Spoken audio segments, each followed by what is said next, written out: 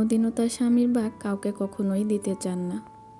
স্বামী যেমনই হোক না কেন, একজন নারী তার স্বামীকে কখনোই আরেকজনের সাথে ভাগ করে নিতে পারেন না। তো হ্যালো এভরিওয়ান, আসসালামু আলাইকুম। কেমন আছেন সবাই? দেশ এবং দেশের বাইরে যে যেখান থেকে আমার ভিডিওটি দেখতে পাচ্ছেন, আশা করি ভালো আছেন এবং সুস্থ আছেন। আমি আর আমার হাজবেন্ড দুজনকে পছন্দ করে বিয়ে করি।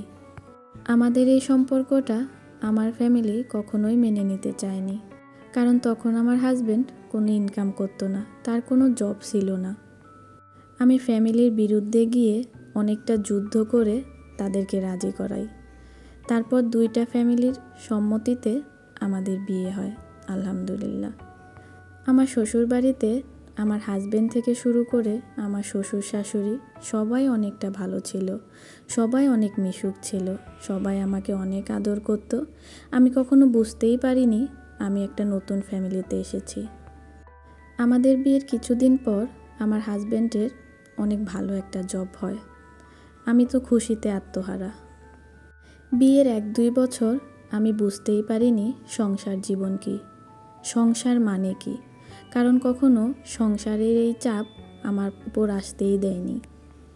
আমার শ্বশুর শাশুড়ি ছিলেন অনেক ভালো একজন মানুষ। তারা সবসময় আমাকে তাদের মেয়ের মতো করে রাখত, কখনো কষ্ট জিনিসটা আমাকে বুঝতে দেননি।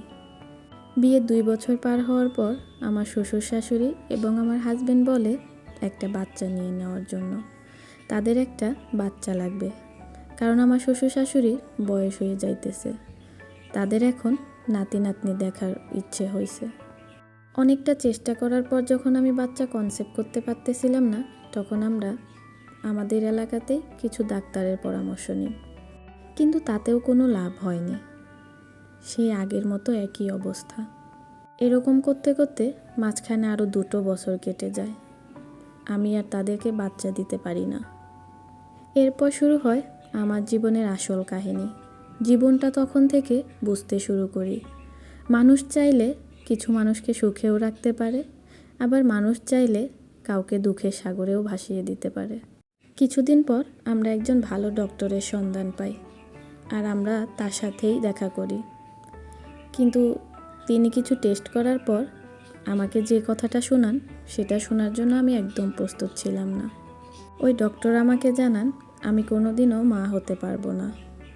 আমার অনেক জটিল সমস্যা রয়েছে, যার কারণে আমি কোনোদিনও মা হতে পারবো না। বাসায় আসার পর দেখি সবার ব্যবহার চেঞ্জ হয়ে গেছে। আমার সাথে সবাই কেমন জানি ব্যবহার করতেছে। আমার দিকে সবাই আর নয়নে তাকায়। আমার তখন কিছুই করার ছিল না, কারণ আমি অপারক। হঠাৎ একদিন আমার শ্বশুর শাশুড়ি এবং আমার হাজবেন্ড মিলে আমাকে ডেকে বলে, এইখানে বসো, তোমার সাথে আমাদের কিছু কথা আছে। আমার শ্বশুর বলে, আমাদের একটা বাচ্চা তো তুমি দিতে পারোনি, তাহলে আমার ছেলেকে আরেকটা বিয়ে করাবো। কারণ হচ্ছে আমার শ্বশুর শাশুড়ির একমাত্র ছেলে ছিল আমার হাজবেন্ড। আমি আমার শ্বশুর শাশুড়ির কথা শুনতেছি এবং আমার হাজবেন্ডের দিকে অবাক করে তাকিয়ে আছি। যে মানুষটাকে পাওয়ার জন্য আমি আমার ফ্যামিলির বিরুদ্ধে গিয়েছিলাম, ফ্যামিলির সাথে যুদ্ধ করেছিলাম, সেই মানুষটা আসলে কী চায় এটা জানার আমার অনেক ইচ্ছা হইতেছিল। তাদের সব কথা শোনার পর আমি আমার হাজবেন্ডকে জিজ্ঞেস করি, তুমি কি চাও? আমার কথা শুনে আমার হাজবেন্ড বলে, আমার বাবা মা যেটা বলবে আমি সেটাই করব। এই কথা শোনার পর আমার বুঝতে একদম বাকি থাকে না যে আমার হাজবেন্ড বিয়ে করার জন্য একদম রাজি ছিল। তাদের সব কিছু দেখে, কথা শুনে আমার 2 চোখ দিয়ে শুধু পানিই ঝরতেছিল। কিন্তু আমার কষ্টগুলা আমার হাজবেন্ড বুঝতে পারেনি। তার এটাও মনে ছিল না যে সে আমার কাছে কী ছিল। সে আমার শখের পুরুষ। সে সব কিছু ভুলে গিয়েছিল শুধুমাত্র একটি বাচ্চার কারণে। নিজের বুকে পাথর বেঁধে আমিও রাজি হয়ে গেলাম আমার হাজবেন্ডকে বিয়ে করানোর জন্য। কারণ তারা যেটা চাইতেছে সেটা রাজি না হলে হয়তোবা তিক্ততা আরও বেড়ে যাইত।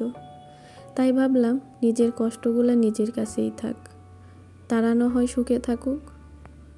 আমার হাজবেন্ডের দ্বিতীয় বিয়ের আগে আমি তাকে বলেছিলাম, তোমার বিয়ের পর আমি বাড়ি ছেড়ে চলে যাব। তখন সে আমার প্রতি একটু মায়া দেখিয়ে বলেছিল, না, তুমি কখনোই এই বাড়ি ছাড়বে না। তখন আসলে বুঝতে পারিনি তার এই কথার মধ্যেও অনেকটা পার্থক্য ছিল। তখন ভেবেছিলাম হয়তোবা আমার প্রতি ভালোবাসাটা তার রয়েই গেছে, কিন্তু আমি বুঝতে পারিনি এর পিছনেও অনেক কারণ ছিল। আসলে আমি অনেকটাই বোকা ছিলাম, অনেকটাই ভালোবেসেছিলাম আমার হাজবেন্ডকে। কিছুদিন পর থেকে আমার হাজবেন্ডের দ্বিতীয় বিয়ের জন্য পাত্রী দেখা শুরু হলো। নিজের চোখের সামনেই সব ঘটতেছিল, কিন্তু আমার কিছুই করার ছিল না। শুধু ভাবতাম আর কান্না করতাম যে নিজের পছন্দের মানুষটাকে অন্য কারো হাতে তুলে দিতে হবে।